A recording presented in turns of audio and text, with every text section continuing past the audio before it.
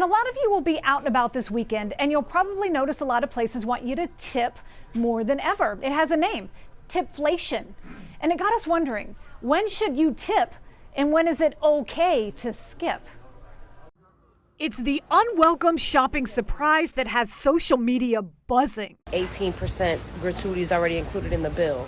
Girl, it's water. Tips, a staple of the service industry, now extending far beyond. In the drive-thru, and they've been asking for a tip. On TikTok, you'll find people aren't pleased. Ordering it online myself. It says, would you like to add a tip at the bottom? A tip? For what? That's a little too crazy for me, and I refuse. So what's the deal? The wage moving, I see becoming more widespread. Professor Dupine Biswas has studied tipping for a decade.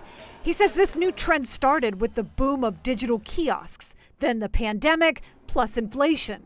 More businesses allowing tips to make jobs more lucrative at your expense. That's my biggest worry, that it might actually affect the industry where it really matters the most. This is Mr. Manners. The very concept of a tip is that we are rewarding a service employee who's being paid less than minimum wage. Thomas Farley has a tip without hesitation list, and 3 people make the cut: servers, bartenders, and washroom attendants. I really wonder, where's the line? It has accelerated beyond all of our wildest nightmares. To avoid tipping, pay cash, but if plastic is a must. You need to own your position. You do not need to feel guilty about it. There is power in saying no. That's smart.